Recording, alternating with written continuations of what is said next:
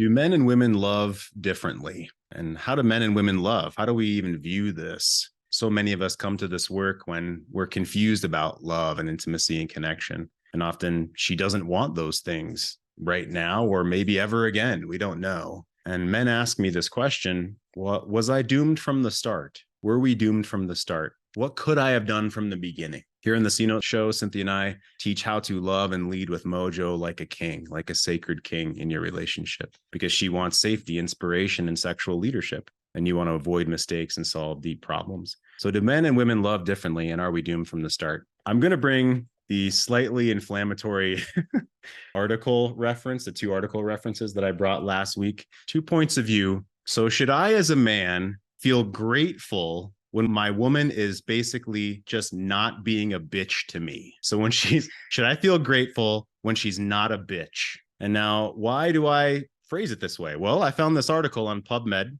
and admittedly, I read the abstract. I did not buy the study, so I read the abstract, and it's a point for conversation. Let's put it that way. Do men and women show love differently in marriage? In Western societies, women are considered more adept than men at expressing love. So that's what's considered. Although scholars have argued that this view of love gives short shrift to men's ways, so shrugging off men's ways of showing love. The widely embraced premise that men and women love differently has rarely been examined empirically. Using data collected at 4 time points over 13 years of marriage, the authors examined whether love is associated with different behaviors for husbands and wives. Multi-level analysis revealed that, counter to theoretical expectations, both genders were equally likely to show love through affection. But whereas wives expressed love by enacting fewer negative or antagonistic behaviors, husbands showed love by initiating sex, sharing leisure activities, and doing household work together with their wives. Overall, the findings indicate that men and women show their love in more nuanced ways than cultural stereotypes suggest. And again, whereas wives express love by enacting fewer negative or antagonistic behaviors. So should I feel grateful? Is she showing love when she's basically not being a bitch to me? So we're going to talk about that here in 1 second. Here's the second piece, an article by Dr. Peggy Drexler, who is a research psychologist, PhD, Dr. Peggy Drexler. Why can't men love like women? Maybe men just love differently, says the subtitle. Now, this is just the end of the article. I'm not going to read the rest of it, but here's the punchline of the article. So Dr. Drexler says, for women hungry for the emotional growth of their partners, as measured by communication of feelings. So women are trying to grow their partners emotionally by communicating their feelings. It could be an uphill journey, pushing against the great big boulder of biology. When the other signs are good, reliability, kindness, attentiveness, and the rest, it might mean coming to terms with the fact the love is there. It's just expressed in ways that will be clouded by the mysteries of the male gender. So this entire article does not actually talk about the differences between men and women. It's basically an article to women saying that the way men love is clouded in mystery, the big boulder of biology, and women are hungry for emotional growth because they think communicating feelings is going to bring that to them.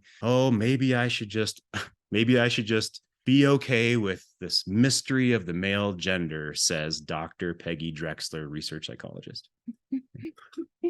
So now, again, these are choice articles, right? I picked these on purpose so we could talk about these. So do women just feel that men are a mystery? And should I just be happy when a woman's not a bitch to me in relationship? Because that's how they show love. So says the empirical findings in that article. Yeah, I mean, to me, that feels like 2 questions. One is about cultural norms, and the latter of like, well, I should just be grateful she's not a bitch. That just gets me in the heart pain of that, and sometimes the cultural societal story of how women behave, how women get their men in line, or vice versa. And that just kills me. However, the first part of that, which reminds me more of the evolutionary brain, the biology that does make us different, I think the word mystery is actually kind of a good word, because women are in mystery about how the masculine really works. And it's the biggest gift, the biggest yearning, the biggest thing a woman can experience in her life is being with men in their sacredness, in their presence, where a woman actually gets to experience how masculine loves, the broadness of it, the depth. And I think that is something really unique. And a lot of women don't experience that, and then go trying to find what they're not even knowing that they're looking for. And then I would say, I mean, still to me, even other women sometimes remain a mystery, but there's a mystery in that because our biology is different, and the way we connect to words, how we feel things in our body is different as well. And I think that's a great invitation to relationship being kind of a sacred practice, an ever evolving journey and adventure. And I really dislike how what's so important and so special gets tied into these boxes of pain, hurt, and discontent, and then like thrown in your face, thrown in her face, that somehow we're disappointing one another. Well, and disappointing one another. We talk often about the two sides of this work. So the animal part of us, or egoic side, and then the spiritual part of us, sort of the sacred side. I'm going to show some graphics here in a moment of what we can do about this, how we can make connection and love and intimacy and relationship about something beyond just our animal side. Because as we all very well know, our animal instincts are, evolutionary psychology shares with us that she wants to be provided for and protected, right? That's what her limbic system is saying. And we want what? Youth and beauty and fertility. And that's our animal side. And if that's all that we have, and sure, there's culture and sitcoms and TV advertising and Super Bowl ads, right, telling us what our relationships should look like. But guess what? I'm not trying to outsource what media or big business or government thinks my relationship should look like, right? I'm wanting that to be something sacred, something meaningful to me in some way. And I don't want to just be told what that's supposed to be, because God knows what their motivations are. So let me pause there before I move forward. Who has a story or a question or a scenario that's come up thinking about this as we talk about this, how men and women love differently? Have you talked about this with your woman, or have you considered this? Unmute yourself. Come on in. Let's hear from a couple of you. Tell us a story. Ask a question. I'll come in. I don't know if I have a story, but I mean, for me, what I really heard is like, how I can relate is, her not trying to be a bitch was more just like me always trying to be that people pleasing person. And so, if she wasn't a bitch, then I meant that I was being a good boy. And so, so that's kind of how I look at it. And especially, talked about sports at the beginning, playing sports. That's a lot of times I hear like older guys, I play with older guys, younger guys, but you hear that, oh, well, happy wife, happy life. And that's kind of this adage that you'd hear, and knowing what I know now, I was just, it's quite the opposite. But, to have her to being a bitch would kind of see like fire in her, and it's different kind of way I would look at it now. Did it help the two of you come alive when she was nasty to you, or when she was being a bitch to you? Do you feel? No, I think, for me, I would just try to I would walk on eggshells. So when she was a bitch, I would just I'm more of the person that would just leave to try to get away, so she was being a bitch, I would just be going downstairs in the basement and gonna chill there just to avoid that. I did whatever I could so she was never, pissed off. And it was funny how it was related to even after, we separated, I'm got my daughter, and my daughter would ask, hey, can I do this? Or, can I have that? And I would always put it through the filter of what would mom want? And then once I realized I'm my own dad, my own person, it's just fuck it. Yeah, let's do that. Yes, we can. Because in my mind, mom would say no. And so I had to say, well, no. And I'm I don't know why I would say no, just because, he would say no, I should say no. And, so now that I'm my, own person and I can raise her however I want, it was yeah, you can have that. Oh, let's go to the park. Right. It's a different total, it's good to kind of just let that go. Yeah, that's well said. So let me ask Cynthia about that. Where do you think, maybe this is a a difficult question or it's an ambiguous question, something for another time. But where do you think it comes from that, okay, I'm going to be mad at my man to get him in line to what I want. He doesn't know the best way to do this. I know the best way to do this. It's a big question. Yeah, it feels like there's two parts to it. It's like the first part is almost like the only way I can get my man's attention is to be angry, abusive, and bitchy, and that's the only way. And then the second one is she's the belief that she knows the right way. And I would say the first one is so we're talking today about like the very human stuff in our present world. And then we're talking about spirit. And, part of the divinity in feminine energy is she's responsive and expressive and has emotion and can cry and can be a storm when she's really begging, like, please see me. Like there's a fire in me I'm trying to express. Can I talk to the earth, the stability in you? Can you see, what's more watery here? And I think women don't have an awareness that that's the energetics, and then probably have had so many experiences of not having a really present practice man on the other side of it, that it then becomes the trope we see today and the culture accepted trope. And then the second part, gosh, and I'm not even a mom, and I can feel this in my own brain, that protector part of the feminine that comes out, that wants to take care of or nurture another, and again has the mindset that she knows the only way because she knows what worked for her as she was raised, or she wants to protect, but it's lacking a larger awareness, the eagle's eye, the king's eye view of the masculine. And so it can become so rigid and so tied down because she's just trying to anchor safety for herself and for another. And I think something that I've learned so much from masculinity is you have this ability to come in and bring again that bigger picture and real safety versus the feminine clamped version of that. And I think any mom, any child needs that dearly, especially kids need that. And women who don't recognize that can get, again, really stuck in the mindset that her mom's brain is the only way. She doesn't understand that there's other ways. And she's just running the treadmill of this limbic brain race of trying to make things safe. Yeah, the human animal race. So let me ask, how do you view, what's the bigger picture now? Cynthia mentioned we want to bring this bigger picture. There needs to be a bigger picture to pull us away, to guide us from just the animalistic knee-jerk reactions and motivations. So what do you think now? What's your bigger picture now on what mom wants, what I want?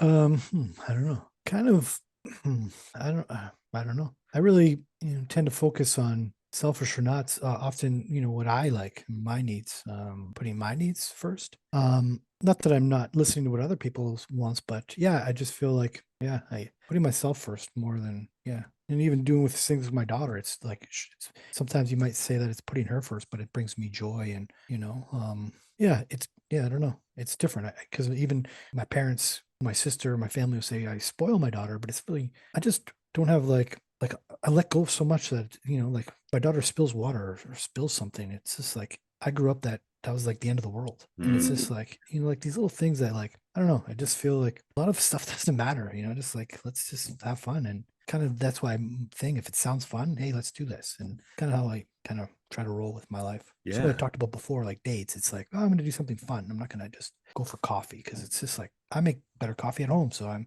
going to, stay here and have my coffee. But hey, if you want to go golfing or hiking, let's do that, So yeah, that makes a lot of sense. It recalibrated your value set around what you believe to be a big deal or not a big deal, right? There's a big space of water under the bridge. We spill something, right? I remember, if, for instance, like milk, anything other than water, man, if there was milk spilled at the table, it'd be this huge deal. right? I mean, even water was a big deal. Even my ex, it'd be like a big deal. And then I saw myself like, again, like when I left and here I am yelling at my daughter, I'm like, why? It's just water. Even now, if it spills, I'm like, I will just, get it after dinner. Let's finish dinner. It's not a big deal. Right. It's like Totally. a total different, like, Yeah. I bet and you my parents were like, oh, you should cut her off for water. I'm like, why? It's just water. It's just stupid. Wow. She's got to be punished. I'm like, it's water, Mom. Like, would you punish yourself? And I'm like, put it in ways that would you punish yourself if you spilled water? Like, are you going to go to the room? Are you going to like not eat dinner? I'm like, they're like, no. I'm like, well, why would I? But I was punished as a kid. I know that, but like, so it's like, well, I don't have to do that anymore. Yeah. Good for you. Good for you. Yeah, Changing the generational dynamics, right? Right. It seems crazy. so silly or crazy to think about, but yeah, let's Right. not beat each other up over something like that. Exactly. You look back, it's just crazy how, I'd eat everything I wanted, everything on the plate if I wanted to go, My sister would stay there till like 9 o'clock and I'm coming back from playing outside because I was like, I just would close my mouth and just swallow it, and I don't force my daughter. And that's another thing, I'm like, well, what do you want to eat? And I give her like, 3 things. She's like, you let her choose what she wants to eat. I'm like, no, she's choosing from the 3 things that I'm willing to make today, so it's just a totally shift. Good for you. Awesome. Yeah. I love it, man. Yeah, Thanks. good to see you. So a man put in the chat, do women really think men are complex? Or is it more often women think men are just stupid? Good question. Seems an enlightened woman might see men as mysterious. I suspect the broader stereotype sees simple and dumb. And what are your thoughts there, especially so you're in advanced groups with women who are wanting to learn deeper intimacy, sexuality, expression, things like this.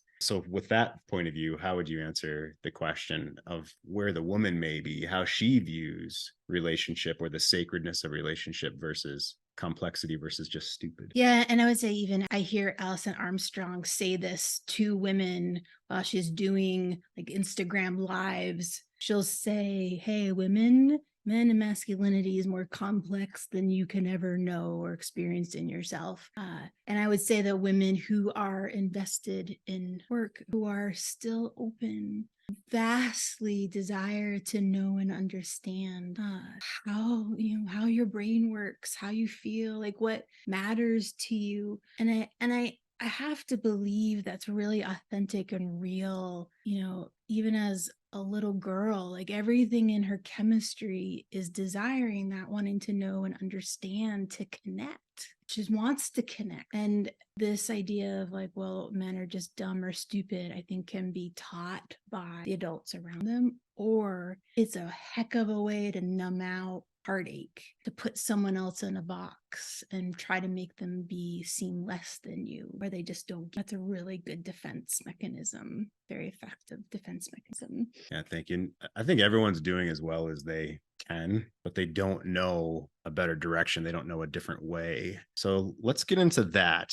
I created some more graphics today that all y'all gave me great feedback on, that you liked this type of format last week. So let's get into what I created today. These are the 3 phases of our coaching journey, as I've shown before. Number 1, stop doing unattractive things. So pulling back the curtain, becoming aware of what you don't know, right? The unknown unknowns are the most dangerous. Phase 2, grow your understanding and ability to be a grounded, attractive, high-value man. The animal part of you, right? Physical shape. Are you succeeding in your career? Do you feel like you're inspired in your life? And the spiritual side of you and what that means to you. And the phase 3 is asking for what you want in relationship, how to potentially invite your woman back into 2.0, or how to ask for what you want in the next relationship and not make the same mistakes. So with that said, there's some words we're using today and we often use that I wanted to define. So to put this out there, I'm not religious. I did not grow up religious. I've done many podcasts on this, the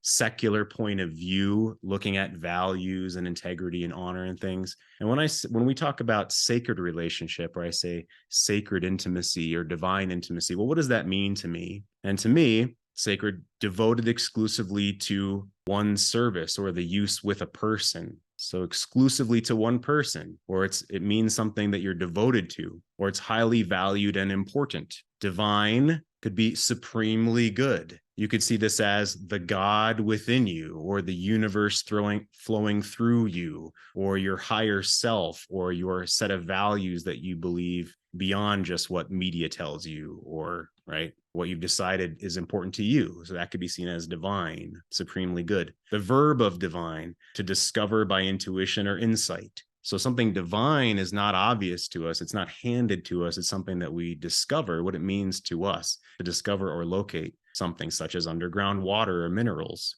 So usually by means of a divining rod. Well, a divining rod gives us the opportunity to point us toward the water, point us toward what we're looking for. And that's what I intend to do here in a moment with these graphics I'm going to show you. Reverence, a gesture of respect, a state of being revered, one held in reverence, right? In regard or treat with reverence. I'm going to pick up partially where I left off last week. So if you're watching this, if you haven't seen our video from last week, it's going to be the previous C Note show. If you're watching this on YouTube, if you're curious where that is, you're welcome to certainly reach out to me. Our website is greatmenmovemountains.com, and you can reach out and see our stuff there. So when we get together originally, we form an attachment, and this attachment's based on our childhood, right? Whether it's secure or insecure or anxious, and there's dynamics back and forth there. The mustache is to represent our masculinity, our sense of freedom, our sense of worth within our own self when we first get together with a woman. And the umbrella is to represent her feeling of safety and femininity and beauty, let's say, when we first get together. So we form a type of attachment highly influenced by our childhood.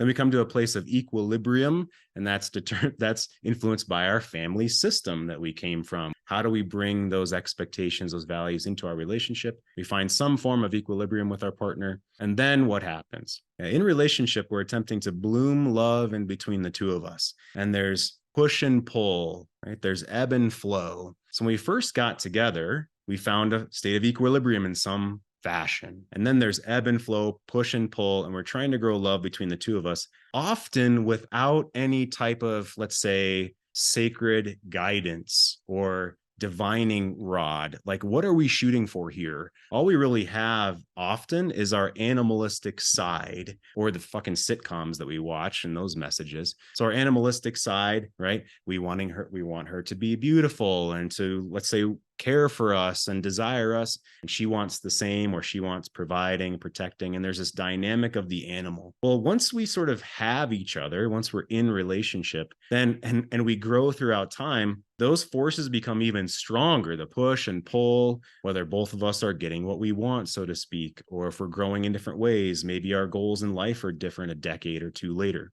Well, how do we sort of combat this? How do we cut this off at the pass? Or, like the man asked me yesterday, what could I have done differently from the beginning? So from the beginning, I put a third circle here, this yellow circle, which is, what am I aiming for in relationship? What does relationship mean to me beyond just the human animal? What is the sacred, the revered, the divine, so to speak, that we're shooting for? And so we want that ebb and flow, the push and pull, to be through the idea, through the filter, through the goal of growing the relationship in this sacred way, this divine way. So the push and pull is through that idea, through the idea that our relationship can, let's say, bloom us open to another dimension, that we can have depth and intimacy beyond just being alone or beyond just an animalistic push and pull, that we want to put our ideas through that goal of divine connection. And whatever that divine connection means to you, it's going to be unique to you. Again, this doesn't mean anything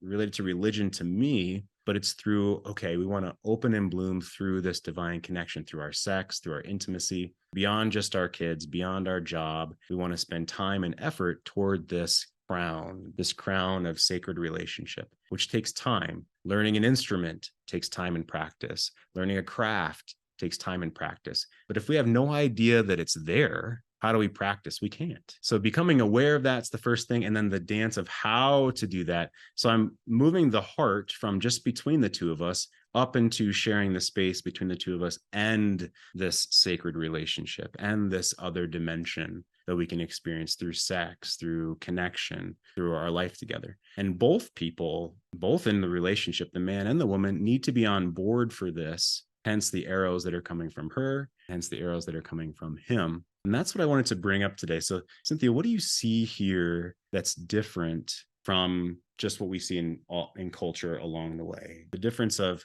we want the ebb and flow to be with this idea of sacred intimacy, that love and connection could be something that's more than just fun for 10 minutes. It's something we grow throughout time. How do you see that as different? Yeah, I mean, and so much the issue of trust comes up. Women saying, I don't trust you anymore. And then, the wondering, how do I earn back her trust? And what do you mean she's lost trust in me? She knows I would be here to like protect her from the saber-toothed tiger. What is this? And I could go into why, again, that is for women and that kind of biological struggle in them. But when there's something like this third piece, this yellow in this diagram, there's something that at least I can say a woman can touch into, where she can kind of balance the evolutionary crazy person that she can be in her limbic brain, and touch into, what is this all really about?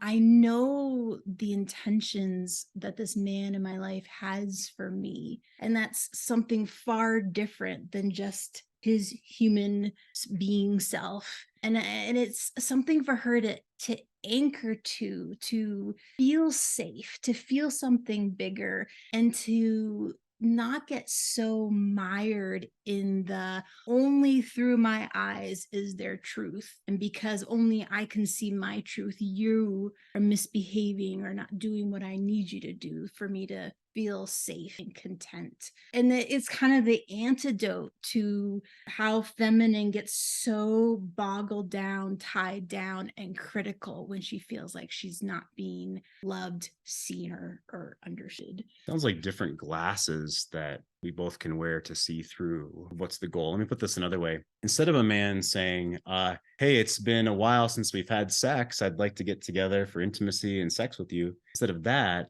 I'd like to get together to have a sacred experience with you. The words that you might use, an experience of depth with you, something beyond the two of us. I'd like to explore that sacred intimacy with you. Now I can even hear myself saying that.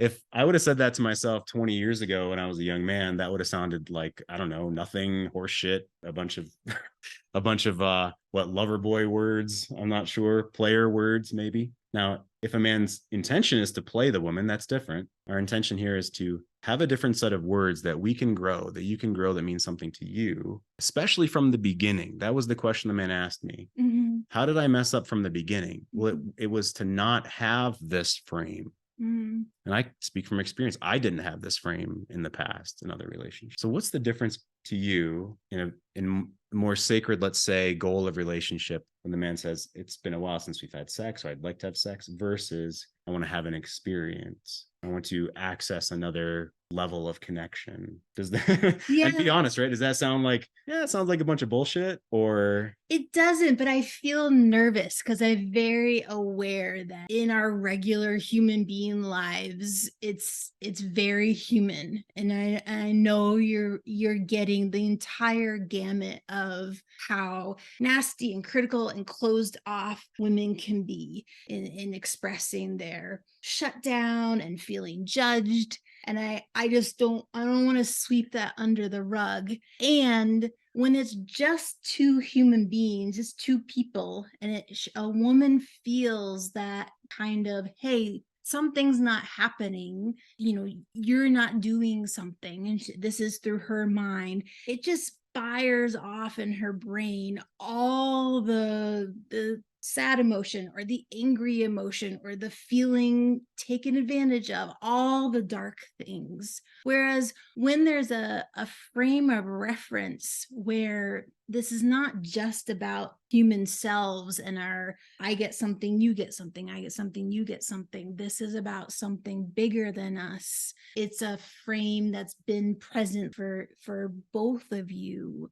where she can touch into that. It really can help soothe the human animal that is so uncharted in all of us, in a way where it actually gives it like, here's the terrain, here's the new terrain to move beyond just I'm in a cave just trying to survive. So bringing this up down the road when things aren't going well, she's going to have all the warning bells of manipulation. No, I don't want to do this. What did you just read this from a book? This sounds like BS to me. That's what, right? But if it's from the beginning, or from the renewal of 2.0, or from the beginning of the next relationship, then it doesn't seem so foreign. And it might as you're talking, I feel kind of this relief in my body, a release of burden. You might be surprised where when this container is offered to a woman, it's almost like she gets to put down this incredibly heavy load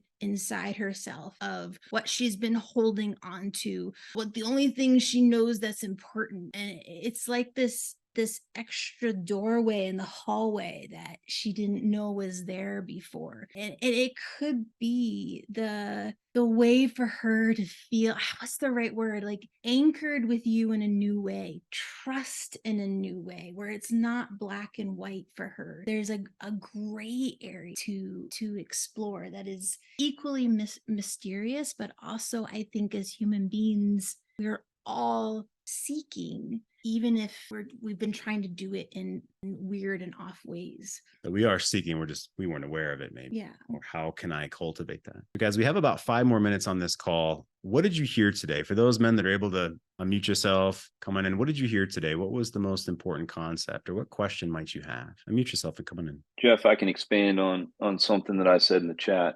And Cynthia used the word trust when she was just talking, and things have gradually been improving between me and my wife. And so I know I'm on the right path. But there's still this disconnect and perhaps even a lack of trust on my part. Because it's not just physical intimacy, it's just intimacy in general. She just does not seem engaged at all. So if I don't say I love you, she does not tell me she loves me. If I don't reach out and touch her in an intimate way, like even non-sexually, she does not reach out and touch me in an intimate way. And so I keep coming back to this kind of a starting point, I guess, where, I get it. I got to take the lead. I got to do what I need to do to feel good about myself, right? And help lead the relationship in a way that, through my lens seems appropriate to me. But, I keep coming back to this thought in the back of my head, which is, when is she going to actually engage herself? And I can't really talk to her about that, right? Because now I'm really digging in. So I just kind of tell her, hey, I really appreciate it when you do X, or I would really love if you do Y. And that's about as far as it goes. I can't explain. I don't defend. I don't do any of that crap anymore. But I'm curious to know what the perspective is, when you're involved in a situation like that, where you're putting in a lot of effort and you feel good about it, but there is this nagging feeling that kind of leaves an emptiness inside of you at the same time. So first of all, fantastic for the two of you that things are going better. What do you mean by things are going better? How so? It's not as pins and needles. It's not as contentious. There's way less arguing. The word, the idea earlier about her being a bitch and like how we perceive that as men. I don't run into that with her. So we don't have that dynamic anymore. So a lot of the just senseless bullshit that used to happen does not happen anymore. We still have disagreements and arguments over certain things, but it's not, they're very pointed, they're very deliberate, and it's worth discussing when those things come up. And it's just more relaxed. You know what I mean? Yeah. So the mood has lightened dramatically in a good way. So that's the one biggest change that I've seen over time. Okay, phenomenal. And a lot of that's driven by your leadership and lack of defensiveness and all of these things, and her feeling of safety. Yes. Yeah. Agreed. Good. So we're running out of time. So I'll give a hard and fast answer to what I would try next. And I'd love for Cynthia to answer however she like. So what you're doing, I would love it if you did XYZ. Great. Praising if and when she does something like reach out to you or touch you. But if none of that's happening, often, and I've said this before, you can reach out and put her hand on your face, like actually take her hand and put it on your face, or take her hand and put it on your heart, on your chest. And you might say, then, like, I love when you have your hand on my face. I love when you have your hand on my chest, for instance, where you can directly lead her in that way. And while you're doing that, or while you're going to do that, as you're approaching doing that, pay attention to her, of course, her breath, her stillness, or her movement. And if she really holds her breath, right? And as you put her hand on your face, see if she relaxes over 5 seconds, 10 seconds, 15 seconds, for instance, or if she stays completely frozen. And that would be other information we could talk about what to do with. But that would be my that would be something to try, certainly as far as a next step. That's more of just strategy. Let's give that a shot. What would you say more, let's say holistically or from the woman's point of view there? As always, I just really appreciate you laying out the landscape of what's really real. And something that hit me, as like Jeff was saying, like, hand on your face, I could imagine in that moment, she might have a wave of frustration. She might want to retract if this is, her habitual pattern right now. However, in those seconds, as long as she doesn't first jerk her hand away, she's getting the chance to feel that third space, the intentional space, which again has everything to do with you, but nothing to do with you. And her just taking a breath with whatever resistance comes up and feeling that third space with you. I do feel it's part of the feminine journey to learn how to breathe through resistance, especially when she's used it in intimacy to hold herself up or keep herself safe. And she cannot feel what a new kind of safety is without feeling it. She can't just figure it all out in her mind. And so that's what it feels like. That's what it feels like to me. Yeah, walking her to the precipice, right? Leading her to the precipice. Good stuff. Thanks. Appreciate it. Love you guys being here, every single one of you. We'll see you next week. If you're not in our Facebook forum, Great Men Move Mountains, if you want to check out our stuff, greatmenmovemountains.com. We'd love to see you there. And you can certainly reach out to us at any time.